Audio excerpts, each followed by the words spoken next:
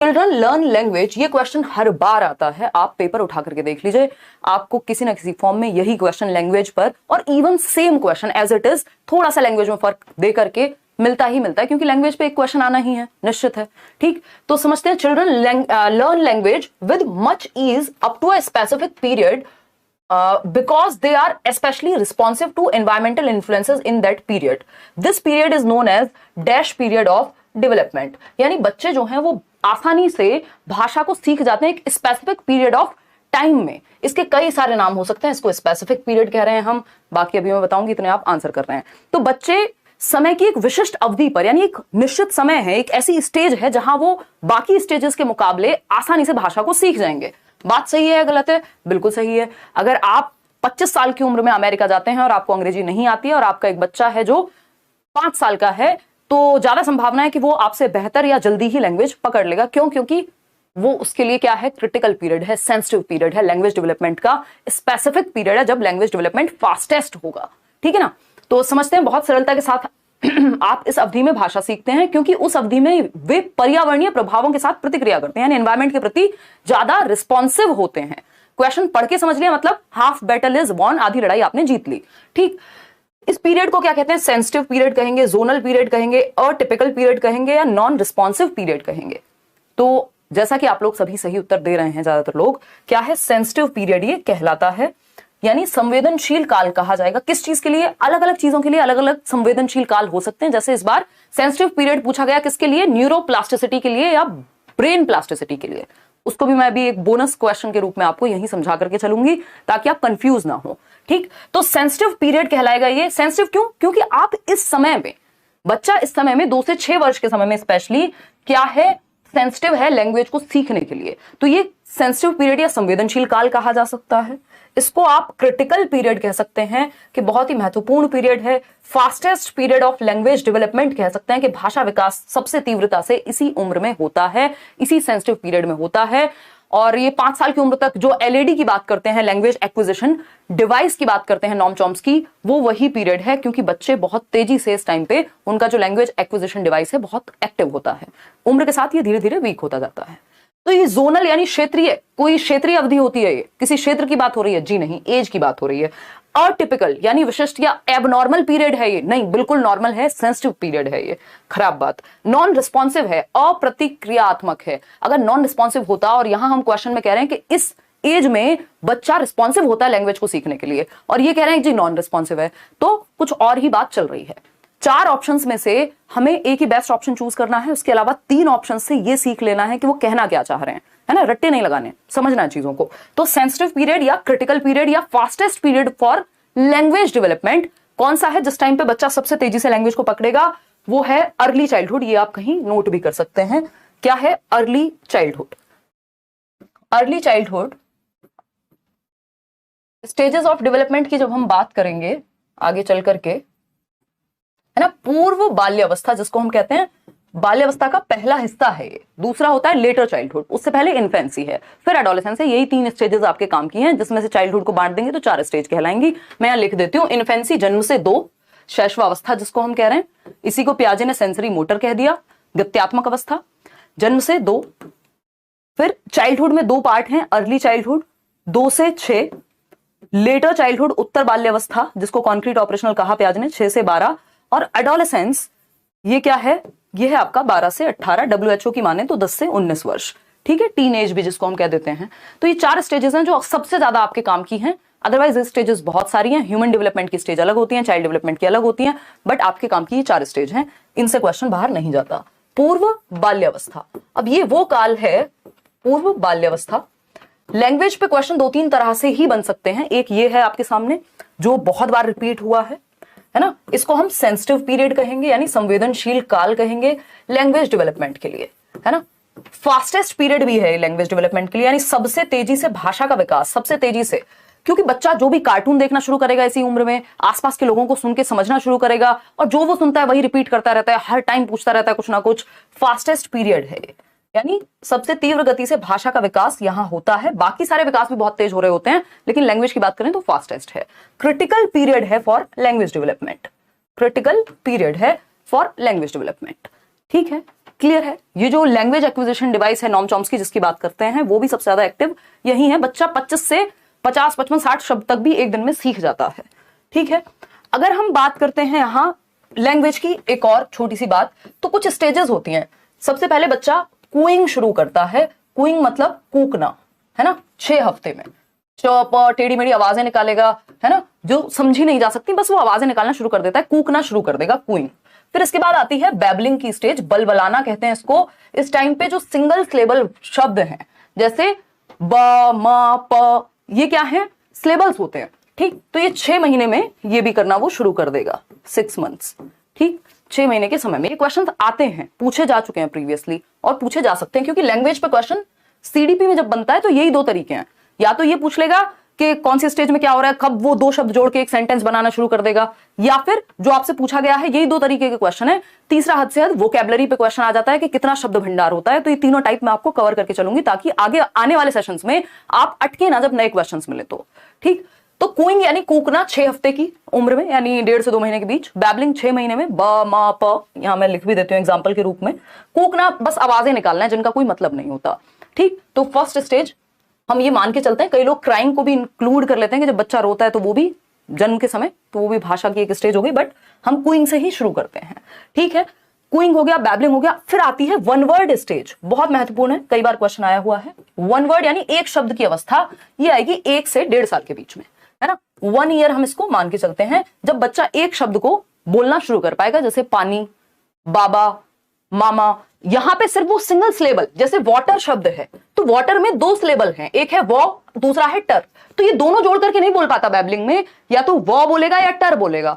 Single syllable शब्दों को ही का ही उच्चारण कर पाता है बैबलिंग की स्टेज में। वन वर्ड स्टेज में वो पूरे शब्द को ठीक से उच्चारित कर पाएगा, यानी प्रोनाउंस कर पाएगा वन वर्ड को, जैसे वाटर हो सकता है, पानी, खाना, वॉट। ठीक, फिर आती है 2 वर्ड स्टेज। 2 वर्ड स्टेज या टेलीग्राफिक स्पीच भी कह देते हैं इस स्टेज को। थोड़ा सा डीप में चलेंगे, पहला सेशन है, इससे क्या होगा, आपको एक समझ पैदा हो जाएगी, आगे आप अटकेंगे नहीं क्वेश्चंस में, है ना। तो टेलीग्राफिक स्पीच, हिंदी में भी टेलीग्राफिक ही कहें आप इससे तो अच्छा है। 2 वर्ड स्टेज कह देते हैं, 1.5 से 2 वर्ष। ठीक है, 18 से 24 महीने, इस पे क्वेश्चन आया था 2018 में, उसके बाद भी आई थिंक आया है बहुत बार कि जब बच्चा, वो कौन सी स्टेज है जब 2 शब्द जोड़ करके एक नया सेंटेंस बनाना शुरू कर देगा। मम्मी, पानी, ये क्या हो गया, सेंटेंस हो गया अपने आप। यहाँ पानी 2, ये सेंटेंस हो गया, 2 शब्द जोड़ के एक नया सेंटेंस बना दिया। तो पहली बार टेलीग्राफिक स्पीच कहते हैं इसको, जब 2 शब्द जोड़ करके एक सेंटेंस बने 1.5 से 2 वर्ष में, या 18 से 24 महीने में। ठीक, बहुत इंपॉर्टेंट स्टेज है, पहली बार यहाँ पे वो नया शब्द बनाना शुरू कर देगा। ठीक है, इतनी बात, यही हमारे काम की। फिर इसके बाद लॉन्गर अटरेंसेज है, अगर आप 2 साल के बाद देखें तो वो बड़े जो वाक्य हैं उनको बोलने लग जाएगा। फिर एक और तीसरी तरह का क्वेश्चन है वोकैबुलरी पे क्वेश्चन, ये भी पूछा जा चुका है सीटेट में। वोकैबुलरी मतलब शब्द भंडार। तो इसमें मैं हमेशा आपको एक ही सिंपल फंडा है जिससे आप याद रखते हैं। प्रोफेसर स्मिथ ने जस्ट 3 अवस्थाएं बताई हैं, उसकी वजह से आप कंफ्यूज नहीं होंगे। वो क्या है, उन्होंने कहा 1 साल में बच्चे के पास कितने शब्द होते हैं, बताएगा कोई? 3 शब्द या 2 शब्द, ऐसा कुछ उन्होंने एक वोकैबुलरी दी हुई है, इससे आपको आइडिया लग जाएगा। 1 साल में 3 शब्द, 2 साल में 272, 272 का शब्द भंडार बच्चे के पास होगा। फिर उन्होंने 5 साल की बात की है, सीधा 2072 शब्द। याद है ये चीज? अब इससे क्वेश्चन कैसे पूछ लेता है, क्वेश्चन पूछेगा 3 साल में कितने होंगे जी, तो 3 साल का जो आइडिया है वो होता है 900 वर्ड्स के अराउंड, 900 प्लस 1000 के आसपास शब्द होते हैं। 4 साल, क्योंकि ये 2000 के बीच में ही रहेगा ना, 272 और 2000 के बीच में रहेगा, 3 साल और 4 साल, तो 4 साल में कितने होंगे, 1500 के आसपास, 1500 1600 प्लस। ठीक, तो ये शुरू के 5 साल का शब्द भंडार भी आपको पता होगा तो बहुत अच्छा रहेगा।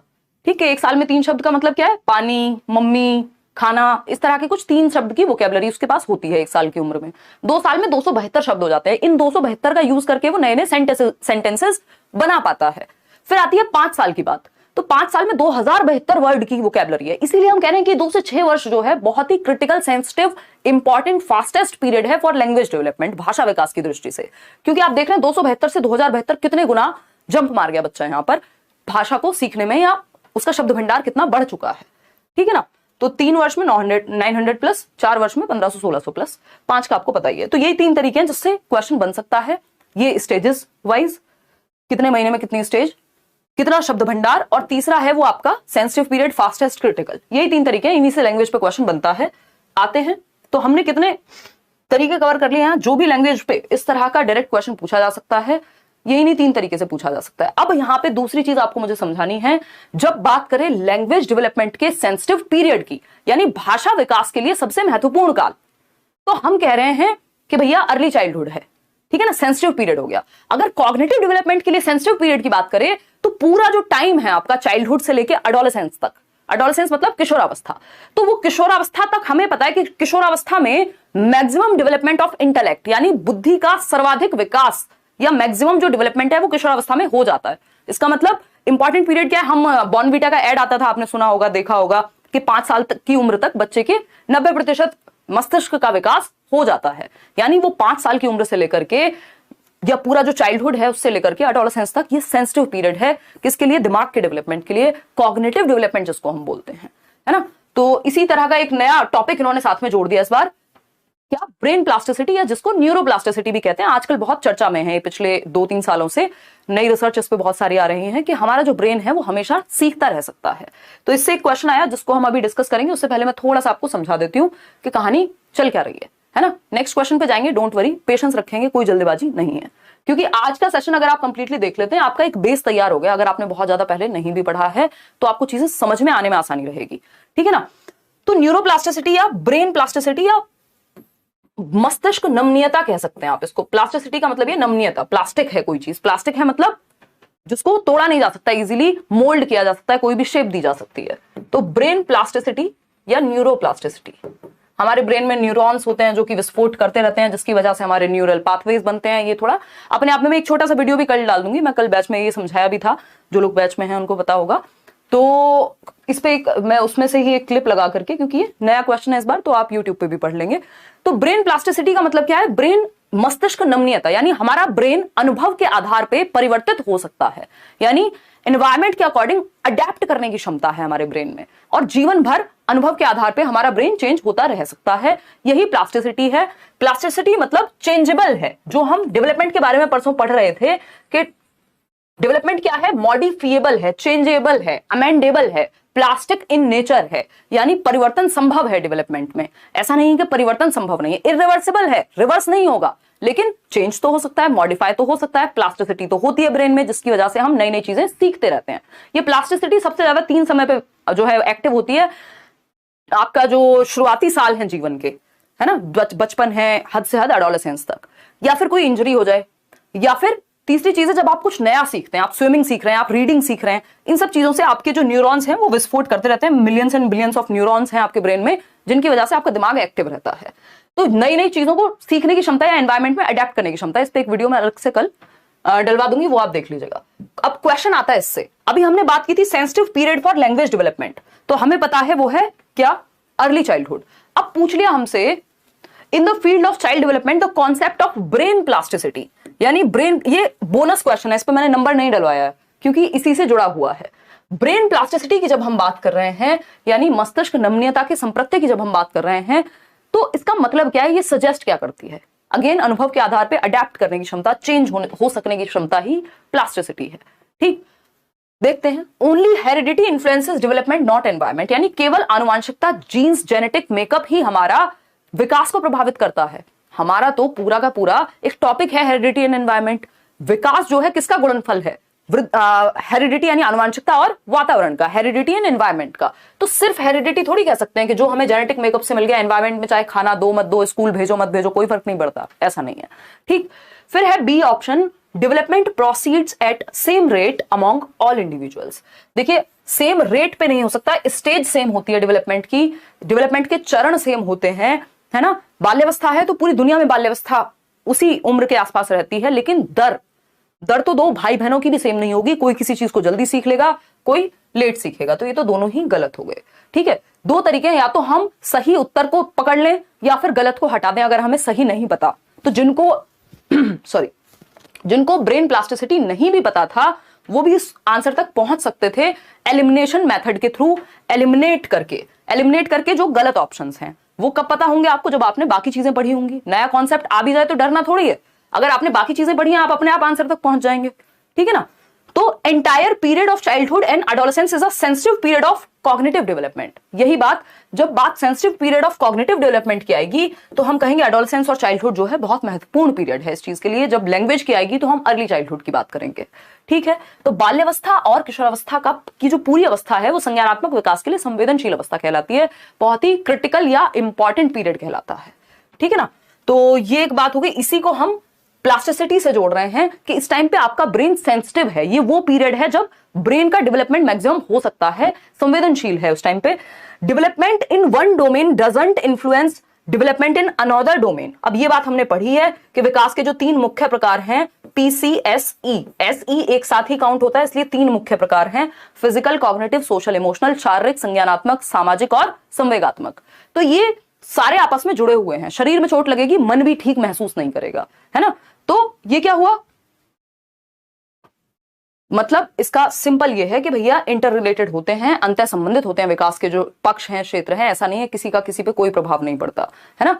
ब्रेकअप होने पे 4 दिन तक पढ़ते नहीं है लोग, कोई डेथ हो जाए आसपास तो पूरा डिस्टर्बेंस हो जाता है। ऐसा थोड़ी आप उस समय पे काम करना नहीं जानते हैं कोई, बट इमोशंस हिले हुए हैं, है ना। जैसे हमारे जो टाइपिस्ट हैं उनकी मदर की डेथ हो गई है तो अभी वो 2-3 दिन छुट्टी पे है, तो ऐसे थोड़ी उनको टाइपिंग नहीं आती है, बट इमोशंस हिले हुए हैं, काम नहीं करेंगे उस समय पे या सही महसूस नहीं कर रहे हैं तो दिमाग भी ठीक से काम नहीं कर रहा।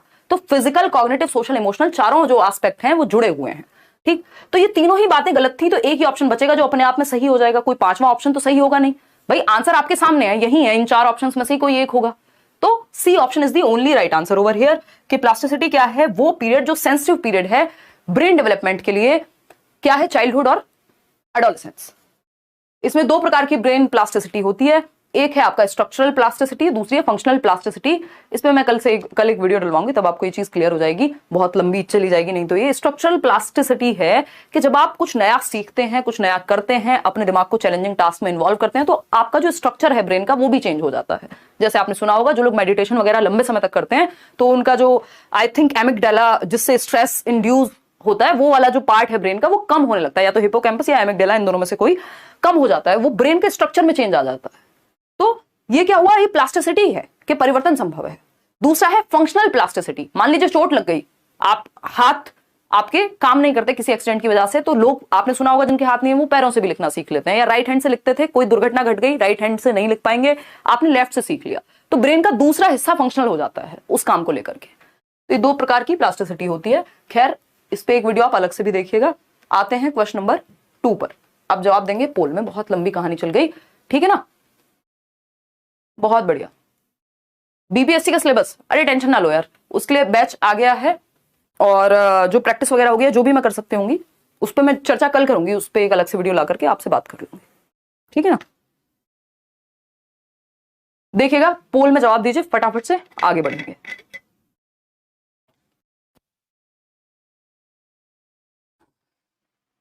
ये जितने भी लोग हैं जो लाइक शेयर करना भूल जाते हैं, भैया लाइक शेयर किया करो, पॉजिटिविटी को बढ़ावा देना चाहिए, मस्त तरीके से सीखेंगे, है ना।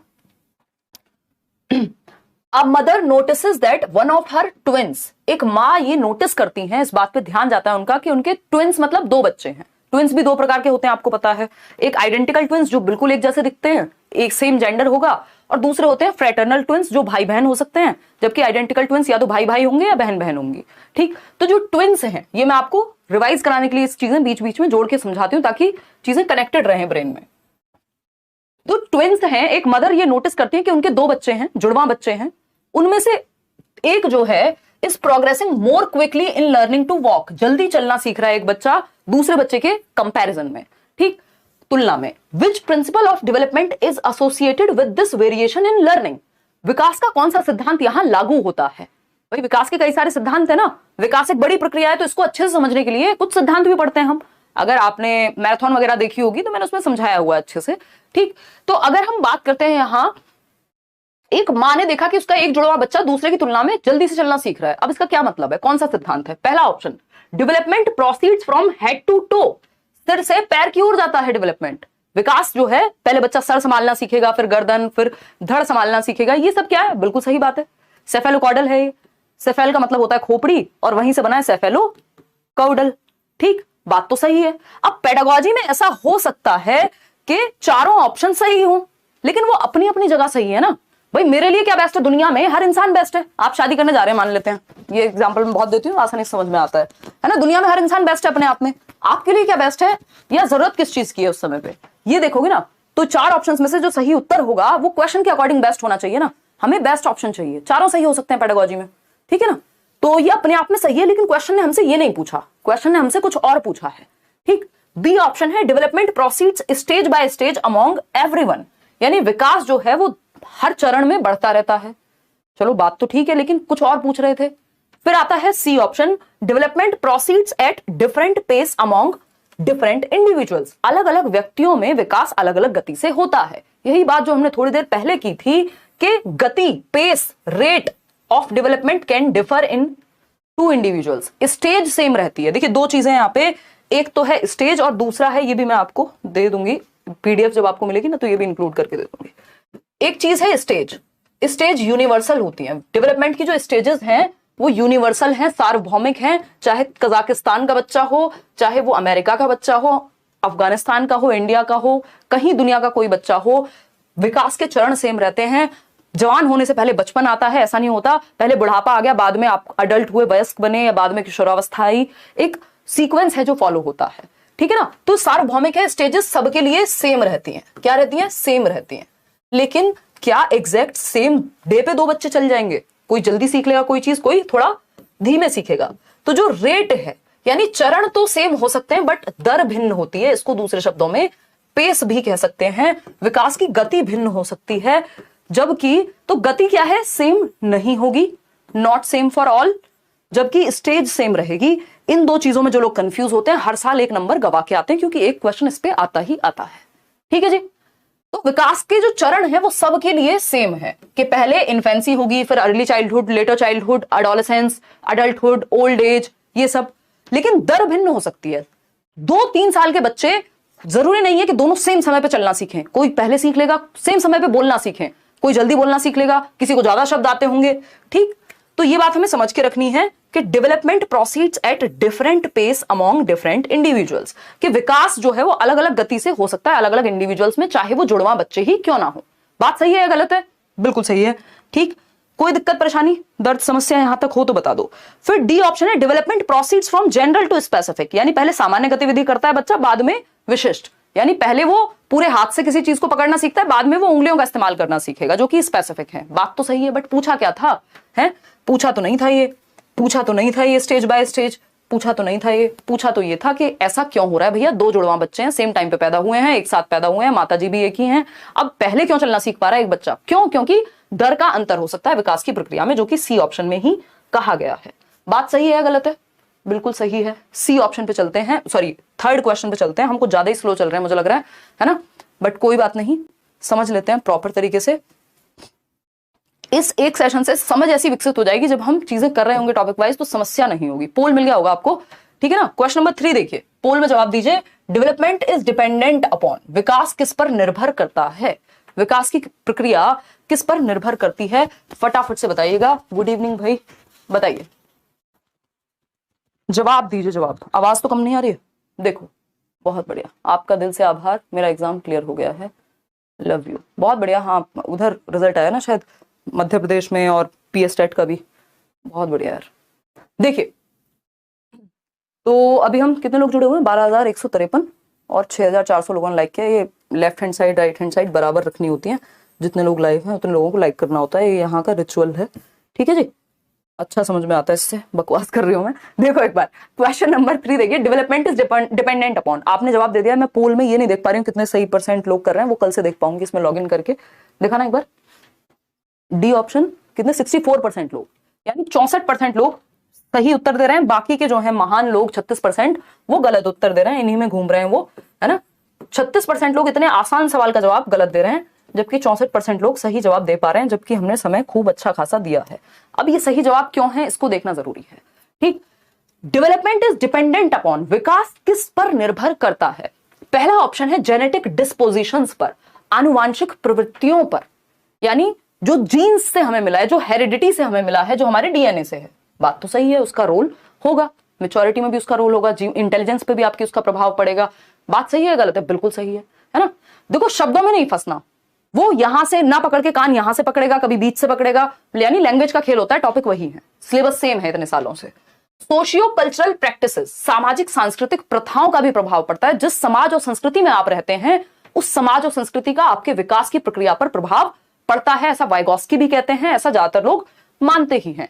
ठीक है ना, ये हम फैक्टर्स अफेक्टिंग डेवलपमेंट में भी कर रहे थे। बैच वाले थोड़ा सा याद कर लें, या जिन्होंने यूट्यूब पे भी पढ़े हुए हैं प्रीवियस सेशंस, उनको भी ये बात पता होगी। फिजिकल एनवायरमेंट, भौतिक वातावरण, मैंने कल परसों ही बताया था किसी बैच में कि एनवायरमेंट दो तरह के होते हैं, एक होता है फिजिकल एनवायरमेंट, दूसरा होता है सोशल एनवायरमेंट। फिजिकल एनवायरमेंट क्या है? भौतिक एनवायरमेंट, पेड़ पौधे, जल वायु अग्नि आकाश, वॉटएवर जो भी आप कहना चाहें। तो एनवायरमेंट दो प्रकार का है। अगर हम यहां पेडागोजी में देखें तो एनवायरमेंट किस तरह का है? दो मुख्य प्रकार है एनवायरमेंट के। वो क्या है?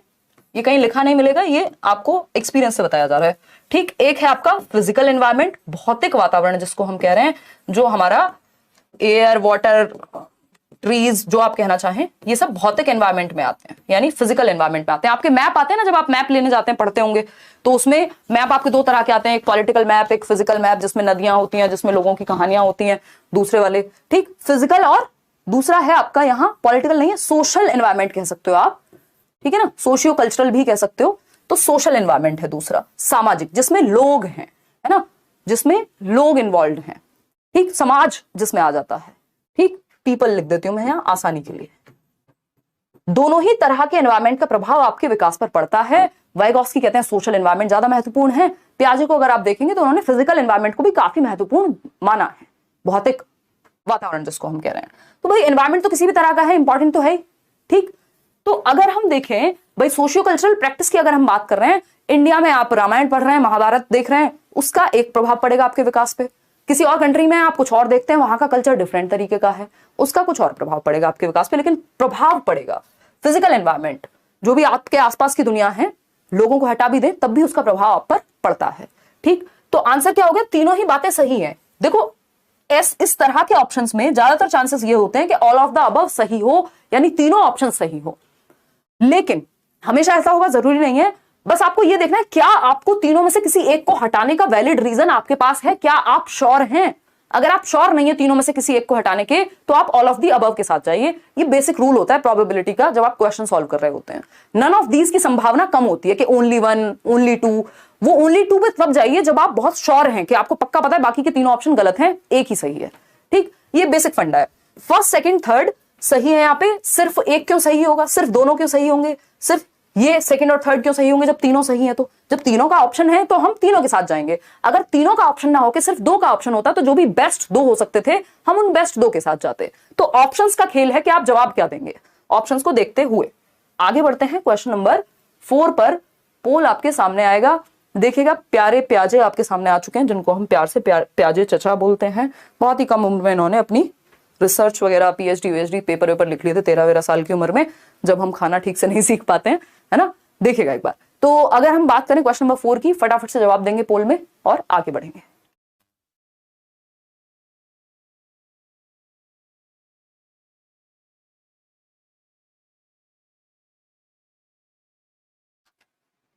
ये क्लास ऐप पे भी चल रही है, नहीं ये यूट्यूब पर ही चल रही है, आप कहोगे तो अलग से डलवा देंगे, डोंट वरी।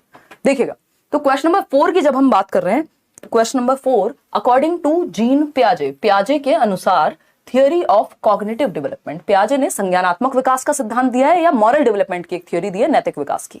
उससे क्वेश्चन कम आते हैं, कॉग्निटिव डेवलपमेंट की थ्योरी से ही इनके क्वेश्चन आते हैं, क्योंकि यही सबसे महत्वपूर्ण है। इसी के बेस पे इन्होंने मॉरल डेवलपमेंट यानी नैतिक विकास दिया था।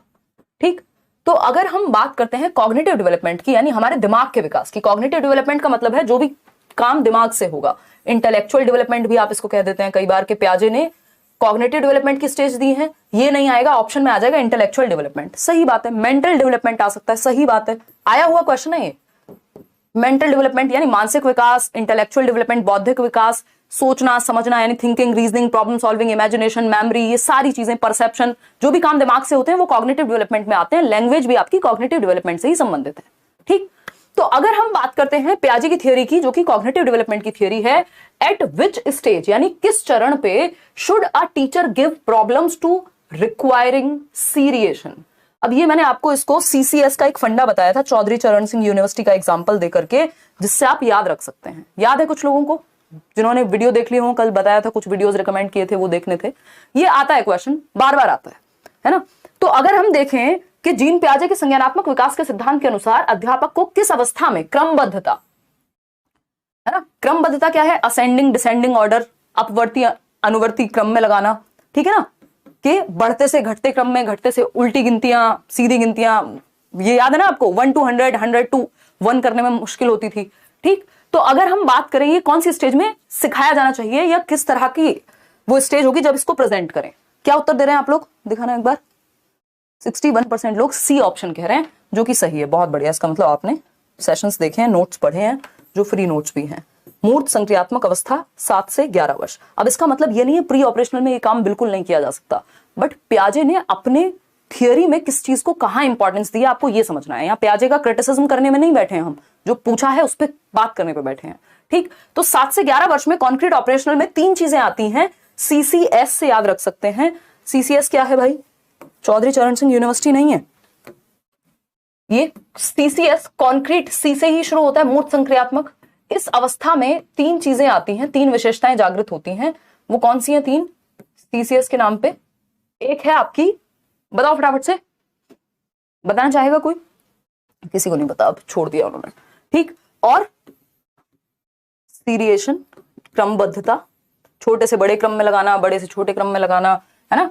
और कंजर्वेशन, संरक्षण, जिसको हम कहते हैं कि बच्चा ये समझने लगता है कि बर्तन की शेप और साइज चेंज करने पे क्वांटिटी चेंज नहीं होगी।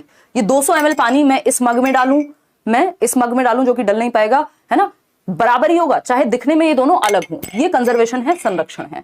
तीसरी चीज है क्लासिफिकेशन। आप लोग बिल्कुल सही लिखना शुरू कर चुके हैं, यानी जब आप क्लासिफाई, वर्गीकरण सीख जाते हैं। वर्गीकरण क्या है, मुझे पता है भैया ये ट्राइंगल की शेप है तो इसको एक साथ रखूं, ये सर्कल है तो एक तरफ जाएगा, ये स्क्वायर है तो एक तरफ जाएगा, तो स्क्वायर को स्क्वायर के साथ, ट्राइंगल को ट्राइंगल के साथ, कलर के आधार पे या दिखने के आधार पे आप अलग अलग वर्गीकृत कर पाते हैं, क्लासिफाई कर पाते हैं चीजों को। तो ये 3 क्षमताएं आती हैं आपके अंदर, कंजर्वेशन, क्लासिफिकेशन, सीरिएशन, 7 से 11 वर्ष की उम्र में, ठीक। ये ध्यान रखना है, सीधा क्वेश्चन बनेगा।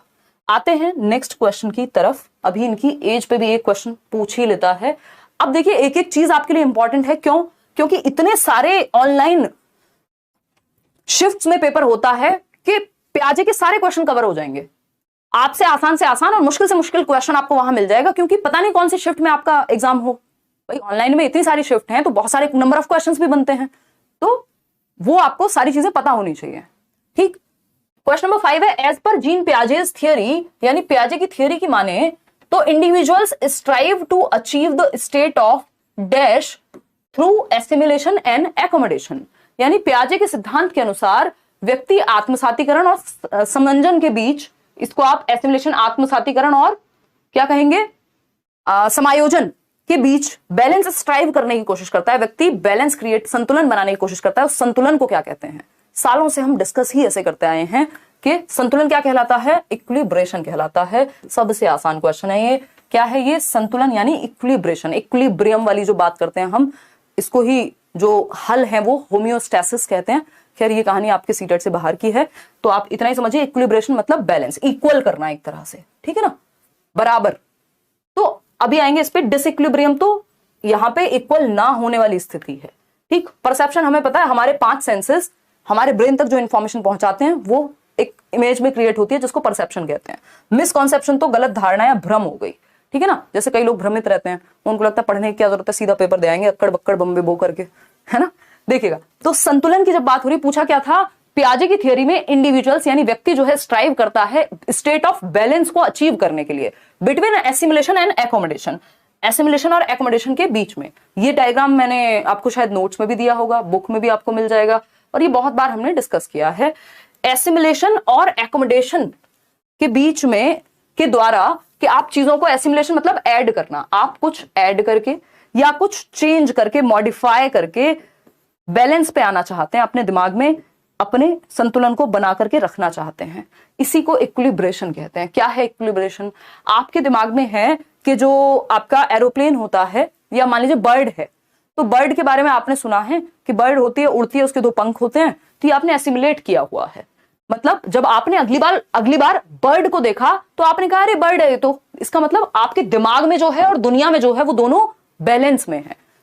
The thing which is in your brain and in the outside world दोनों क्या है, बैलेंस में है ना, इक्वेलिटी में है। इसी को संतुलन कह रहे हैं। अगर जो आपने देखा, मान लीजिए आपने देखा एक एरोप्लेन को और आपने उसको बर्ड कह दिया और किसी ने कहा बेटा ये बर्ड नहीं है, ये है एरोप्लेन। अब आपको पता नहीं एरोप्लेन क्या होता है, नई सिचुएशन आ गई ना, तो ये डिसइक्विलिब्रियम हो जाएगा, आपके दिमाग में असंतुलन हो जाएगा। अब आपको नहीं पता ये क्या है और हमारा ब्रेन चाहता है कि हम बैलेंस में रहें, तो आप एकोमोडेट करेंगे, अपनी इंफॉर्मेशन को चेंज करेंगे, ब्रेन में मॉडिफाई करेंगे, एडजस्ट करेंगे, अडेप्ट करेंगे, जिससे कि आप फिर से बैलेंस में आ जाएंगे। तो यही चलता रहता है, आप चीजें ऐड करते हैं, बैलेंस में आ जाते हैं। नई सिचुएशन आती है, या तो पुरानी सिचुएशन से मैच कर जाएगा, अगर गलत कोई इंफॉर्मेशन है तो डिसबैलेंस हो जाएगी चीज।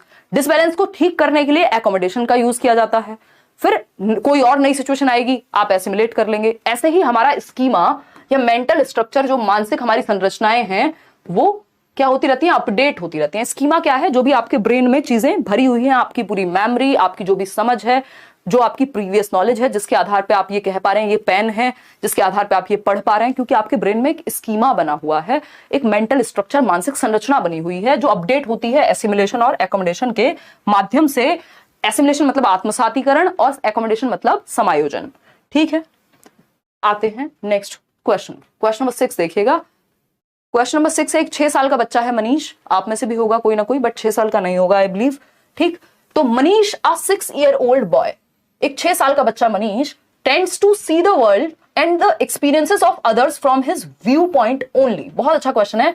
यानी मनीष 6 साल का है और वो पूरी दुनिया को अपनी नजर से देखता है। कई लोग 16 साल में भी यही करते रहते हैं और 26 में भी ऐसे ही रहते हैं, वो दुनिया को अपनी ही नजर से देखते हैं बस। ठीक, तो वो जो अनुभव करता है पूरी दुनिया को या अपने वर्ल्ड में, वो अपने ही व्यू पॉइंट को लगाता रहता है हर जगह। And fails to consider others viewpoint, दूसरों के पर्सपेक्टिव को, उनके परिप्रेक्ष्य को समझ नहीं पाता। ठीक है ना। अब यहां पर ये क्या है, ये क्या रिप्रेजेंट करेगा, ये कंजर्वेशन है पियाजे के अकॉर्डिंग। भाई पियाजे पे एक ही पेपर में 4 क्वेश्चन, ये ऑफलाइन एग्जाम में नहीं होता था, ये ऑनलाइन एग्जाम में होने लग गया कि एक पेपर में 4-4 क्वेश्चन डायरेक्ट 30 नंबर में से पियाजे पे।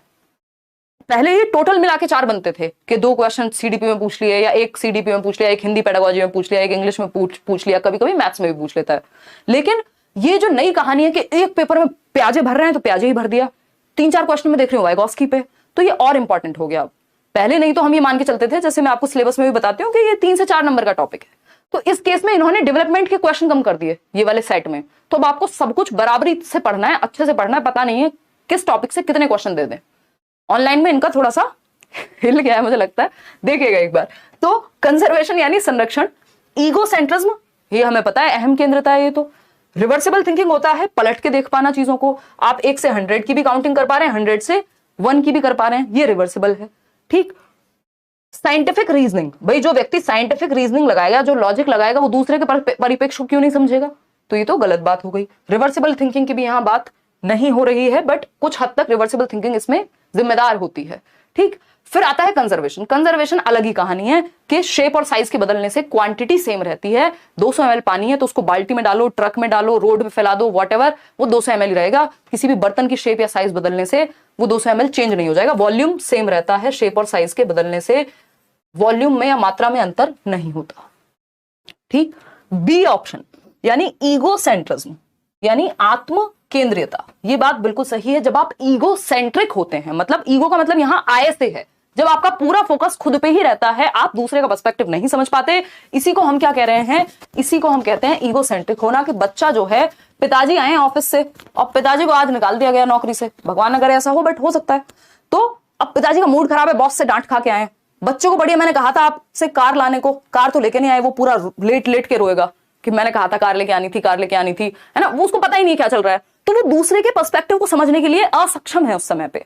उसे लगता है अगर डोरेमोन पसंद है और आपने ये कह दिया कि यार डोरेमोन तो कितना खराब है, ये पागल सा कह के देखो आप बच्चे को, वो पूरा गुस्से में आ जाएगा। ऐसे कैसे कह सकते हो यार मेरा डोरेमोन है, या कोई फेवरेट एक्टर है उनका, या कोई हीरोइन है, या फिर व्हाटएवर एक्ट्रेस है बेसिकली। तो जो भी उनको पसंद है वो दूसरा पर्सपेक्टिव नहीं देख पाते। वो ये नहीं कहेंगे भाई तेरी बात भी सही है मेरी भी सही है, ऐसा कुछ नहीं है। वो कहेगा जो मैं कह रहा हूं वही सही है। तो ये ईगो सेंट्रिज्म है, ये अहम केंद्रता है, बच्चे को दूसरे का पर्सपेक्टिव समझ में नहीं आता। सिंपल बात, अभी आएंगे इसको और अच्छे से समझेंगे। एक माउंटेन एक्सपेरिमेंट है जो पियाजे ने किया था बच्चों के साथ, उनके 3 बच्चे भी थे, उन पे भी एक्सपेरिमेंट्स किए, बट वो हमारा बिजनेस नहीं है अभी के लिए। ईगो सेंट्रिज्म यानी आत्मकेंद्रिता, माउंटेन एक्सपेरिमेंट यानी पहाड़ का एक्सपेरिमेंट। ऐसे उन्होंने बहुत सारे एक्सपेरिमेंट किए हुए हैं अलग अलग, ईगो सेंट्रिज्म को समझाने के लिए, एसिमिलेशन को समझाने के लिए। माउंटेन एक्सपेरिमेंट, पहाड़ का प्रयोग कह सकते हो आप इसको, ठीक। एक बच्चा है जिसको, और ये कब से कब तक होता है ये आपको पता होना चाहिए, ये लिमिटेशन है, मैं यहां लिख भी देती हूं, ये लिमिटेशन है किसके बीच की। इस पे भी क्वेश्चन आता है और ये घुमा देता है, इसमें बहुत गलतियां करते हैं लोग, क्योंकि रट्टे लगाने होते हैं तो हम लगा लेते हैं, लेकिन समझने में थोड़ा दिमाग खर्च होता है और अच्छा टीचर भी लगता है। Limitations of pre operational stage. Pre operational बताया आपको, पियाजे की सेकंड स्टेज है, अभी मैं बता देती हूं याद करने का तरीका। प्री ऑपरेशनल यानी पूर्व संक्रियात्मक अवस्था। अच्छा, एक और काम, जल्दी में नहीं रहना है सीखते समय। आप मूवी देखते हैं, आप 3 घंटे की पूरी मूवी देख लेते हैं। आप बातें करते हैं किसी से 10 मिनट के लिए, आप फोन पे 1 घंटा बात कर लेते हैं। जब आप पढ़ने आते हैं आप सोचते हैं वीडियो को 2x पे चला दूं, और अगर मेरी वीडियो आपने 2x पे चला दी तो वो 4x के बराबर है, क्योंकि मेरी खुद की स्पीड 2x है, ठीक है ना। तो इस केस में ये करना है कि जब आप पढ़ रहे हैं तो चाहे कुछ भी हो, आप लेट्स लर्न से पढ़ रहे हो, कहीं और से पढ़ रहे हो, खुद से पढ़ रहे हो, जल्दीबाजी में नहीं पढ़ना। लर्निंग क्या है, ग्रेजुअल प्रोसेस है, धीरे धीरे होगी। तो पूरा टाइम देके पढ़ना, ये नहीं अरे टाइम वेस्ट हो रहा है यार, थोड़ा जल्दी बता दो। कहां की जल्दी है भाई, सीखने का समय नहीं है, नौकरी कहां से मिल जाएगी फिर, ठीक। लिमिटेशंस ऑफ प्री ऑपरेशनल, ताकि चीजें दिमाग में लगे। आप 2 घंटे का वीडियो 1 घंटे में देख लेंगे 2x पे, बट वो किसी काम का नहीं है अनटिल अनलेस आपने वो चीज पहले से ना पढ़ रखी हो, रिवीजन के लिए देखा हो, क्योंकि वो दिमाग में टिकेगी नहीं ना। फिर धीरे धीरे होती है लर्निंग, नहीं तो एक दिन में सिलेबस खत्म कर दें, रोज पढ़ने की क्या जरूरत। तो limitations of pre operational stage, पियाजे की प्री ऑपरेशनल स्टेज, जिसको हम 2 से 7 वर्ष मानते हैं, 2 to 7 years ऑफ एज। पियाजे की 4 स्टेजेस हैं जिनको याद रखने का सिंपल फंडा मैंने आपको बताया हुआ है। सम पीपल कांट फोकस, यानी कुछ लोगों का ध्यान लगता ही नहीं है। S for some people, C for can't focus, ठीक। ये फंडा है बेसिकली। इसको याद कैसे रखना है। एसपीसीएफ सेंसरी मोटर जन्म से 2 वर्ष, गत्यात्मक अवस्था प्री ऑपरेशनल 2 से 7 वर्ष, पूर्व संक्रियात्मक अवस्था कॉन्क्रीट ऑपरेशनल मूर्त संक्रियात्मक अवस्था 7 से 11 वर्ष। इसी को स्कूल एज, इसी को लेटर चाइल्डहुड कहते हैं, इसी को लेटेंसी कहते हैं, सिगमंड फ्रॉइड। इसी को जो आपकी कॉम्पिटेंस वर्सेस कौन सी स्टेज है इसकी, इनकी एरिक्सन की, तो एरिक्सन की स्टेज है ये, एक बार याद करके बताओ फटाफट से, मतलब मैं ही भूल गई। एरिक्सन कहते हैं इसको industry versus inferiority, industry versus inferiority, ठीक। तो ये 3 नाम है इसके, ये जब हम आगे आगे पढ़ेंगे तो कनेक्ट करके बताऊंगी, अभी आपको कंफ्यूजन हो सकती है। तो एरिक्सन के अकॉर्डिंग इंडस्ट्री वर्सेस इंफीरियोरिटी जब कॉम्पिटेंस डेवलप होता है। लेटेंसी स्टेज है फ्रॉइड के अनुसार, ये भी पूछे जाने लग गए ना अब दोनों। और कॉन्क्रीट ऑपरेशनल है, इसी स्टेज इसी एज की बात हो रही है। किसके अनुसार, पियाजे के अकॉर्डिंग कॉन्क्रीट ऑपरेशनल। और अगर हम बात करते हैं नॉर्मल वे में तो यही लेटर चाइल्डहुड है। सूडो मेच्योरिटी की एज भी यही है, जो मिथ्या परिपक्वता रॉस जिसको हम कहते हैं। गैंग एज भी यही है, ठीक है। तो सबको जोड़ के लिख लेना है एक जगह पे, ठीक है। कुछ ही लोग बता पाए, इसका मतलब आप लोग काफी नए लोग हैं। प्रीवियस थ्योरीज देख लो, यूट्यूब पे भी कराया हुआ है उनको, एरिक्सन को। फ्रॉइड की अगर फॉर्मल ऑपरेशनल स्टेज की अगर हम बात करें 11 से 15 वर्ष या 11 ईयर्स एंड अबव, ठीक। ये 4 स्टेजेस हैं पियाजे की जो याद रखनी है। अब इसमें कुछ रुकावटें हैं, लिमिटेशंस हैं, प्रॉब्लम्स हैं। किसकी रुकावट ही लिख लेती हूँ, या सीमाएं कहते हैं वैसे इनको, प्री ऑपरेशनल स्टेज की सीमाएं बहुत महत्वपूर्ण। उसमें से एक है ईगो सेंट्रिज्म, जिसको हम अभी पढ़ रहे हैं, माउंटेन एक्सपेरिमेंट पढ़ेंगे। ईगो सेंट्रिज्म यानी अहम केंद्रित होना। बच्चा सेल्फ सेंटर्ड है, अहम केंद्रित है, खुद पे ही सारा फोकस है उसका, दूसरे के परिपेक्ष को नहीं समझ पाता, दूसरे के व्यू पॉइंट को नहीं समझ पाता, ठीक। दूसरी चीज, और भी इस तरह की कई सारी लिमिटेशन है कि रिवर्सिबल थिंकिंग नहीं होती, इरिवर्सिबल थॉट, लॉजिक नहीं होता इस स्टेज में, तर्क नहीं होता बहुत ज्यादा। इरिवर्सिबल थिंकिंग यानी रिवर्स नहीं कर पाता चीजें, मतलब इसी वजह से कंजर्वेशन भी नहीं आ पाता, संरक्षण, ठीक है। कि वो घर से स्कूल जाने का रास्ता तो याद रहता है, स्कूल से घर आने का नहीं याद रहता। हालांकि पियाजे का इस पे क्रिटिसिज्म भी है कि अगर आप प्रॉपर ट्रेनिंग देंगे या सोशियल एनवायरमेंट उस तरह का होगा तो बच्चों को याद हो सकती है ये चीज इस स्टेज में भी। बट पियाजे के अकॉर्डिंग ये लिमिटेशन है ज्यादातर बच्चों के लिए इस स्टेज के, ठीक। क्या है कि आप रिवर्स नहीं कर पाते अपनी थिंकिंग को, और ईगो सेंट्रिक होते हैं यानी दूसरे के व्यू पॉइंट को समझ नहीं पाते। ये दोनों लिमिटेशंस हैं, इनको बहुत पॉजिटिव नहीं मानना है। एक बार क्वेश्चन आ गया था, और इसको दूसरी भाषा में इरिवर्सिबल थिंकिंग में एक चीज होती है सेंट्रेशन, केंद्रीकरण, ये भी कह देता है। तो आया था कि टेंडेंसी टू कॉन्सेंट्रेट। अब ये पॉजिटिव है कि नेगेटिव है, बताओ एक बार। तो ये नेगेटिव है, ये लिमिटेशन है इस स्टेज की कि बच्चा एक ही चीज पे सेंटर्ड है, वो किसी चीज की हाइट देखेगा तो हाइट ही देखेगा, उसकी चौड़ाई नहीं देख पाएगा, उसका रंग नहीं समझ पाएगा, उसका सारा फोकस एक चीज पे होता है। जैसे अगर आप देखते हैं दो बच्चों की जो हाइट है, मान लीजिए मैं 5 साल की हूं और मेरा एक भाई है जो 3 साल का है, बट उसकी हाइट, चलो ये तो थोड़ा ज्यादा हो गया, मेरा एक भाई है जो 7 साल का है और मेरी हाइट ज्यादा हो गई मान लो उससे, तो मैं क्या कहूंगी, या कोई भी व्यक्ति जो आप मुझे दिखाओगे जिनकी हाइट जिसकी ज्यादा होगी, मैं कह दूंगी यही बड़ा है भाई जिसकी हाइट ज्यादा है। दैट मीन्स मैं सेंटर्ड हूं एक ही चीज पे, केंद्रीकरण है मेरे थॉट का, सेंट्रेशन है कि मैं बाकी एस्पेक्ट नहीं देख पा रही। भैया एज जो उसकी डेट ऑफ बर्थ है, जैसे आपको याद होगा पहले हम समझ नहीं पाते थे, अगर किसी का डेट ऑफ बर्थ 1998 है और किसी का डेट ऑफ बर्थ है 2000, तो हमें लगता था ये वाला बड़ा होगा, ये 2000 वाला, क्योंकि हमारा सारा फोकस है आगे वाली गिनती पे, हम रिवर्स नहीं कर पा रहे थॉट को, हम सेंटर्ड है हमारा थॉट, इसी को सेंट्रेशन कहते हैं। ठीक है ना, तो ये एक बेसिक बात हो गई। कोई कह रहा है भाई की ज्यादा है आपसे, हाँ उसकी सच में ही ज्यादा है, तो हो सकता है किसी को देख के लगे जो छोटा बच्चा है, अरे ये भैया बड़े होंगे, दीदी तो जरा सी है ना, जरा सी तो नहीं हो, बट हाँ यही मान सकते हो आप। ठीक, तो वही सेंट्रेशन है। अब माउंटेन एक्सपेरिमेंट ईगोसेंट्रिज्म को समझने के लिए क्या कहता है, एक बच्चा है जो इधर बैठाया गया, इसका नाम कुछ भी रख देते हैं, इसका नाम सुषमा नहीं रखेंगे, वैसे रख सकते हैं हम, जेंडर स्टीरियोटिपिकल तो है नहीं हम, तो इस बच्चे का नाम आज हम सुषमा रख देते हैं। ठीक है, हम जेंडर स्टीरियोटाइप को चैलेंज कर रहे हैं। ठीक, और ये बच्चा है जिसका नाम रॉबिन रखते हैं हम। ठीक है ना, ये मत पूछ लेना रॉबिन कौन है। देखिए, तो अगर हम बात करें, ये काल्पनिक नाम है। अब सुषमा जो है बेसिकली उन्होंने कहा इस बच्चे से कि तो सबसे क्लोजेस्ट जो पहाड़ है वो कौन सा है, उन्होंने कहा भाई ये सबसे बड़े वाला। अब कहा कि एक बार उसके व्यू पॉइंट से बताओ, जो ये इधर डॉल बैठी हुई है या रॉबिन बैठा हुआ है, रॉबिन को सबसे बड़ा पहाड़ कौन सा नजर आ रहा होगा, सबसे क्लोज पहाड़ कौन सा नजर आ रहा होगा, सबसे पास कौन सा होगा। अब ये व्यक्ति या सुषमा जो है हमारा, वो रिवर्स नहीं कर पा रहा, वो कह रहा है भैया जो मुझे बड़ा नजर आ रहा है, जो मेरे सबसे पास है वही उसके पास होगा। ये इमेजिन नहीं कर पा रहा, ये इमेजिनेशन की प्रॉब्लम है ना, एब्स्ट्रैक्ट थिंकिंग नहीं आई अभी, रिवर्स नहीं कर पा रहा कि मैं अगर उधर बैठूं तो क्या बड़ा दिखेगा या पास कौन सा दिखेगा। बच्चों के लिए बड़ी प्रॉब्लम्स है, आपको लग रहा होगा क्या मजाक चल रहा है ना। तो अब ये यहां बैठ के नहीं देख पा रहा, ये कह रहा है यही होगा सबसे पास, रॉबिन के भी पास यही होगा जो मेरे पास है, जबकि ऐसा नहीं होता। इसका मतलब आप सेंटर्ड हैं किसी एक थॉट पे, आपको लग रहा है दुनिया सारी आप ही के अराउंड घूम रही है। ठीक है ना, खैर ऐसी बातें बीच बीच में करते रहेंगे। सुषमा और रॉबिन को अभी के लिए विराम देते हैं, नेक्स्ट क्वेश्चन पे पहुंचते हैं। क्वेश्चन नंबर है 7। आज ये सेशन खत्म हो जाएगा या नहीं, चलिए कोई बात नहीं, बहुत ही जरूरी कॉन्सेप्ट्स थे जो हमने किए हैं, और बहुत संख्या में आप लोग इस समय में बने हुए हैं। रात के समय कई लोगों को स्कूल जाना होता है, कई लोगों के बच्चों को स्कूल जाना होता है, कई लोगों को खुद स्कूल जाना होता है, कई लोगों को सुबह उठना होता है। 7th फेज की बात कल करेंगे, करियर वेल पे बैच आ चुका है, वो आप ज्वाइन कर सकते हैं।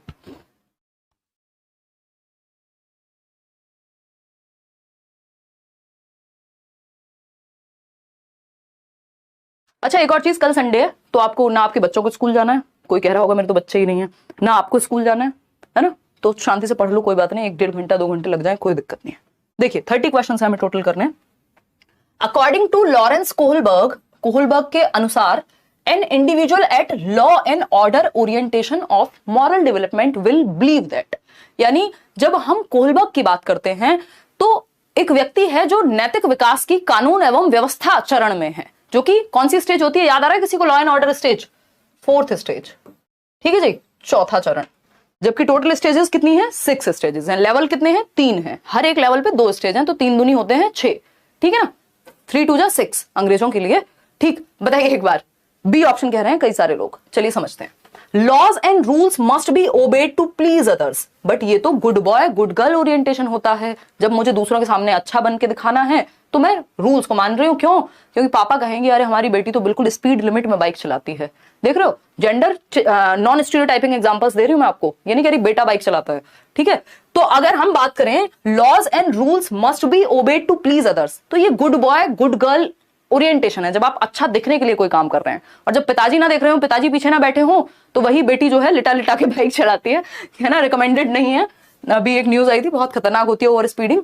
देखिए बी ऑप्शन देखते हैं, laws and authorities must be obeyed so that social system is maintained, यानी जो नियम और कानून हैं उनका पालन इसलिए किया जाना चाहिए ताकि समाज में एक नियम बना रहे, एक व्यवस्था बनी रहे। अगर हर कोई रेड लाइट तोड़ेगा तो रुकेगा कौन रेड लाइट पे, और फिर एक्सीडेंट ज्यादा होंगे, केओस हो जाएगा, ऑर्डर नहीं फॉलो हो पाएगा, समाज में एक नियम नहीं बना रह पाएगा।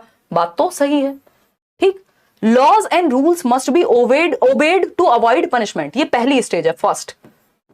जो आपकी कौन सी स्टेज है, पनिशमेंट एंड ओबीडियंस वाली, क्या आप बात इसलिए मानते हैं कि डांट पड़ जाएगी, ये स्टेज है आपकी third, good boy good girl वाली, ठीक। Laws and rules must be obeyed only if they fulfil our needs, tit for tat, second stage, ठीक है जी। तो ये ऑप्शंस देख के आपको पता लगना चाहिए, तभी कहेंगे कॉन्सेप्ट क्लियर है, अदरवाइज तो रट्टे लगाए हैं, ठीक। तो यहां पे फोर्थ स्टेज की बात हो रही थी, लॉ एंड ऑर्डर ओरिएंटेशन की, वो सिर्फ बी ऑप्शन में ही उसकी बात हुई है, बाकी तो किसी में थर्ड की, किसी में फर्स्ट की, किसी में सेकंड की। तो B option is the only right answer over here. अगर मैं थोड़ा सा आपको स्पीड में बताना चाहूं कि कोहलबर्ग की कौन सी स्टेजेस है, मैं बताती हूँ, एक मिनट रुक करके, और फिर 8th क्वेश्चन पे चलेंगे। ये सारा लिखा हुआ भी आपको मिल जाएगा पीडीएफ में ही टेलीग्राम चैनल पे। अब इससे ज्यादा क्या बच्चे की जान लोगे यार। देखो, अगर हम बात कर रहे थे कोहलबर्ग की, बहुत ही शॉर्ट में समझ लेते हैं। कोहलबर्ग ने नैतिक विकास यानी मॉरल डेवलपमेंट, मॉरल डेवलपमेंट क्या होता है, सही और गलत। अगर मॉरल डेवलपमेंट नहीं होगा तो किसी के लिए कुछ सही और गलत होगा ही नहीं, तो समाज में रहने के लिए सही और गलत बनाए जाते हैं, जिसके लिए मॉरल वैल्यूज की हम बात करते हैं। तो इन्होंने पियाजे की एक थ्योरी थी मॉरल डेवलपमेंट की, उससे इंस्पायर्ड एक थ्योरी दी, कॉपी नहीं की। तो कोहलबर्ग ने कितने 3 लेवल्स दिए, इन्होंने 3 लेवल्स ऑफ मॉरल डेवलपमेंट दिए, जिसमें हर एक लेवल पे 2 स्टेजेस थी। तो 3 levels, total number of stages हो गई 6, क्योंकि हर एक लेवल पे 2 स्टेजेस हैं, ठीक। 3 लेवल कौन से हैं, प्री कन्वेंशनल यानी पूर्व पारंपरिक, परंपराओं से पहले, कन्वेंशनल। ये वैसे जब मैं टॉपिक वाइज कराऊंगी ना तब इसको अच्छे से समझेंगे, अभी के लिए इसको छोड़ देते हैं, नहीं तो आपके सर में हो जाएगा दर्द कि एक दिन में कितना पढ़ लें। क्वेश्चन नंबर 8 पे आते हैं। Which of the following theory is given by लेव वाइगोस्की। लेव वाइगोस्की आपके प्यारे सबसे दुलारे लेव वाइगोस्की, इनके ज्यादातर क्वेश्चन बस 3 चीजों से सॉल्व हो जाते हैं, जो मैं आपको बताती हूँ। SCL, BPL नहीं है ये, SCL है ना, याद रखने के लिए मैं आपको ये चीजें एसोसिएट कराती रहती हूँ ब्रेन में। BPL होता है ना, बिलो पॉवर्टी लाइन, तो हम SCL हमने एक बनाया हुआ है याद रखने के लिए वाइगोस्की से रिलेटेड। समाज यानी सोसाइटी, कल्चर यानी संस्कृति, और लैंग्वेज, ये 3 चीजें सबसे ज्यादा महत्वपूर्ण है इनकी थियरी में। इससे ज्यादातर क्वेश्चंस आपके सॉल्व हो जाते हैं। बताइएगा फटाफट से, फिर हम आगे बढ़ेंगे। आपका लाइव क्लास पहली बार देख रहे हैं, बहुत बढ़िया। बंकेश नाम है आपका, चलिए ठीक है बंकेश, आप देखते रहेंगे, समझ में आता रहेगा, चीजें डिटेल में हम करते हैं। जल्दबाजी आपको नहीं रखनी है, जल्दी करनी है, जल्दबाजी नहीं करनी है, ठीक है। चलिए समझते हैं। तो लेव वाइगोस्की के अनुसार कौन सा सिद्धांत सही है, कौन सा एक ऑप्शन सही है। Cognitive theory of moral development, देखिए कॉग्निटिव थियरी तो दी है वाइगोस्की ने। वाइगोस्की की थियरी, पियाजे की थियरी बात दिमाग के विकास की ही कर रही है, संज्ञान के विकास की ही कर रही है, इंटेलेक्चुअल डेवलपमेंट की ही कर रही है, मेंटल डेवलपमेंट की ही कर रही है। लेकिन पियाजे की थियरी का नाम पियाजेस कॉग्निटिव डेवलपमेंट है, वाइगोस्की की थियरी का नाम वाइगोस्की सोशियो कल्चरल अप्रोच है, सामाजिक सांस्कृतिक सिद्धांत। थियरी का नाम कॉग्निटिव डेवलपमेंट नहीं है, लेकिन जो थियरी है वो कॉग्निटिव डेवलपमेंट की ही बात करती है, संज्ञानात्मक विकास की ही बात करती है। तो मॉरल डेवलपमेंट की बात इन्होंने नहीं की, कॉग्निटिव डेवलपमेंट की है ना। ये तो फिर पियाजे या कोहलबर्ग की तरफ चला जाता है answer. Psychodynamic theory of personality development, psychodynamic लिखा हो यानी मनोगत्यात्मकवाद, साइकोसेक्सुअल लिखा हो है ना, साइको एनालिसिस लिखा हो, ये तीनों ही शब्द सिगमंड फ्रॉइड की ओर इशारा करते हैं। जिन्होंने सीटेट के बाद वाले बैच पढ़े हैं उनको ये बात पता होगी, ठीक। Socio cultural theory of cognitive development, ये है वाइगोस्की, बिल्कुल सही बात। सोसाइटी, कल्चर, लैंग्वेज, इन 3 में से ही आंसर मिल जाता है। सामाजिक सांस्कृतिक सिद्धांत, ये कह रहे हैं एज वेज से फर्क नहीं पड़ता भैया, ये 7 से 11, 2 से 6 जो प्याजे कर रहे थे, ये कह रहे हैं जिस समाज और संस्कृति में आप रहते हैं, आपका अपने आसपास के लोगों के साथ इंटरेक्शन कैसा है, कैसे लोगों में आप उठते और बैठते हैं, उससे आपकी समझ निर्धारित होगी। अगर वाइगोस्की की माने तो मैं आपके साथ यहाँ खड़ी हुई हूँ, अदरवाइज मैं आप में से कई लोगों से एज में छोटी हूँ, ठीक। लेकिन ये कहते हैं भैया एज से फर्क नहीं पड़ता, आपका जो इंटरेक्शन है उससे फर्क पड़ेगा कि आपका कॉग्निटिव डेवलपमेंट कैसा होगा। डेवलपमेंटल थियरी ऑफ अटैचमेंट, ये जॉन बॉल्बी की थियरी है, आपके सिलेबस से बाहर है, ठीक। तो संज्ञानात्मक विकास का सामाजिक सांस्कृतिक सिद्धांत, इसको दिया है वाइगोस्की ने। आगे बढ़ेंगे क्वेश्चन नंबर 9 पर, देखेंगे फटाफट से। क्वेश्चन नंबर 9 क्या कहता है, पोल में जवाब देंगे आप फटाफट। A student is struggling to solve a given question, एक बच्चा है जो स्ट्रगल कर रहा है एक क्वेश्चन को सॉल्व करने में। जैसे आप खुद को भी मान सकते हैं कि आप ये क्वेश्चन सॉल्व कर रहे हैं और आप स्ट्रगल कर रहे हैं, कह रहे हैं ए होगा कि बी होगा, या अक्कड़ बक्कड़ बम्बे बो कर दो 80 90 पूरे 100 है, ओके। तो अगर हम बात करें यहां पर, तो as per Lev Vygotsky in this situation our teacher should, क्या करना चाहिए टीचर को जब बच्चा अटक रहा हो किसी प्रश्न को हल करने में, उसको चुनौती महसूस हो रही है, वो ठीक से सॉल्व नहीं कर पा रहा। चलिए समझते हैं। तो इग्नोर कर देना चाहिए, तो भैया टीचर किस लिए बिठाया है वहां, मूंगफली छीलने के लिए, कि बच्चे को समस्या हो और आप इग्नोर करके आराम से अपना पानी पिए, स्वेटर बुने, डांस करें, हैं? ऐसा थोड़ी है कि उसको अकेले ही सॉल्व करते रहना देना चाहिए। और उसको इग्नोर कर देना चाहिए। तो ignore is not a positive word, कोई सकारात्मक शब्द नहीं है टीचर के लिए, आप सपोर्ट के लिए हैं वहां, ठीक है ना।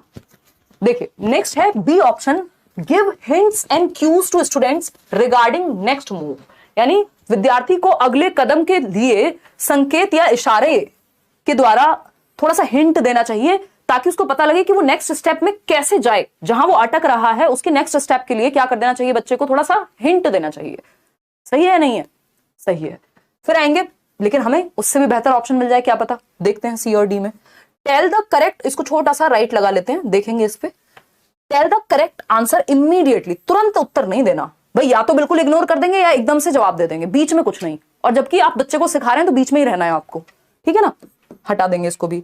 पनिश द स्टूडेंट, इसका अधिकार आपके पास बचा नहीं है। राइट टू एजुकेशन एक्ट कहता है कि बच्चे को आप कॉर्पोरल पनिशमेंट, मुर्गा या मुर्गी नहीं बना सकते, आंखें भी नहीं दिखा सकते, ठीक है ना। तो आप पनिश नहीं करेंगे, दंडित नहीं कर सकते हैं एज पर लॉ। कुछ स्कूल्स में आज भी होता होगा, बट हम क्यों इतना पढ़ रहे हैं गला फाड़ फाड़ के कि हम परिवर्तन ला सकें, थोड़ा बेहतर कर सकें चीजों को, जो एजुकेशन पॉलिसीज में कहा गया है उसको हम सच में इंप्लीमेंट कर सकें कुछ हद तक, है ना। रियलिटी में चीजें मुश्किल होती हैं, बट अच्छे टीचर्स करते हैं, ऐसा नहीं है कि सारे टीचर्स बस डंडे ही लेकर के घूम रहे हैं बच्चों के पीछे, ठीक। और आप देखेंगे जो अच्छे टीचर्स हैं उनकी क्लास में सबसे ज्यादा एकदम डिसिप्लिन भी मेंटेन रहता है, बातचीत भी होती है, मजे करते हैं, पूरे सीखते हैं लोग, ठीक। तो अगर हम बात करें, पनिशमेंट आप दे नहीं सकते, इमीडिएटली बताने का कोई सेंस नहीं है, इग्नोर आप बच्चे को कर देंगे तो आपका कोई रोल नहीं बचा। एक ही ऑप्शन सही है, give hints and cues to students regarding next move. जिस स्टेप पे बच्चा अटकता है, जहां अटकता है वहां उसको थोड़ा सा हिंट दे देनी है। प्रॉब्लम, मान लीजिए 4 स्टेप का क्वेश्चन है, एक उसने सॉल्व कर लिया, दूसरा कर लिया, तीसरे पे अटका हुआ है, तो आप तीसरे में या तो उसको थोड़ा सा सॉल्व कर दें, हाफ सॉल्व कर दें, पूरा सॉल्व नहीं करना, हिंट दे दें, क्यूज दे दें इनडायरेक्टली। इसको स्कैफोल्डिंग कहते हैं वाइगॉस्की की भाषा में, मचान कहते हैं इसको, टेम्परेरी हेल्प कहते हैं कि आप स्कैफोल्ड कर रहे हैं बच्चे को हिंट दे करके या टेम्परेरी सपोर्ट दे करके। जैसे आप जब साइकिल चलाना सीखते थे तो पीछे से कोई पकड़ लेता था, जैसे ही आप चलाना खुद से शुरू करते थे हाथ हटा लेता था पीछे वाला। आजकल तो जमाना बदल गया है, 4 पहिए वाली साइकिल आने लग गई है, वो स्कैफोल्डिंग है। जब आप छत पे खुद नहीं चढ़ पा रहे हैं तो आप क्या करते हैं, आप करते हैं सीढ़ी का इस्तेमाल, वही सीढ़ी स्कैफोल्डिंग है। जो आप खुद से नहीं कर सकते उसमें मदद आपको थोड़ी सी मिल जाए तो आप कर लेंगे वो चीज, अकेले नहीं कर पा रहे थे, ठीक है ना। चलें आगे बढ़ें, कहानी समझें क्या कहानी है। बहुत बढ़िया, देखते हैं, समझते हैं क्या कहानी है। क्वेश्चन नंबर 10, क्वेश्चन नंबर 10 क्या कहता है समझिए। अगर हम बात करते हैं क्वेश्चन नंबर 10 की, क्या कहता है बताइए एक बार पोल में जवाब दे करके। कौन है ये? बिहार टीचर सिलेबस आउट हो गया। हाँ मैंने बता दिया आज शुरुआत में ही क्लास के, ये क्लास आपकी पहले से लगी हुई थी, कल हम उस पर चर्चा करेंगे, कल संडे भी है ना। चलिए समझते हैं फटाफट से।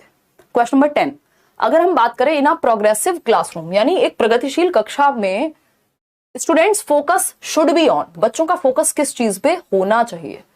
एक प्रगतिशील कक्षा कक्ष में बच्चों का फोकस किस चीज पर होना चाहिए, बताइए आप फटाफट से। प्रगतिशील कक्षा, प्रोग्रेसिव, ये वर्ड बहुत ज्यादा पॉजिटिव है। प्रोग्रेसिव मतलब आगे की ओर बढ़ना, मॉडर्न टाइम्स की तरफ बढ़ना, बेहतरी के लिए आगे बढ़ना, प्रगति के लिए आगे बढ़ना। शब्द में ही लिखा हुआ है प्रगतिशील, यानी आप प्रगति की ओर बढ़ रहे हैं, ठीक। तो जो प्रगति की ओर बढ़ने वाली शिक्षा है, अगर आपको कुछ भी नहीं पता तब भी आप इसका जवाब ढूंढ पाएंगे। कंपीटिंग विद देयर पीयर्स, यानी कॉम्पीट कराएंगे। अरे देखो शर्मा जी का बेटा वर्मा जी के बेटे से अच्छा है, तुम कितने खराब हो, ये करेंगे हम। ये सही तरीका नहीं है, होता आया है समाज में, आज भी होता है और कुछ समय तक, या मुझे लगता है कि अभी भी होता रहेगा कुछ समय तक, लेकिन परिवर्तन आ रहा है।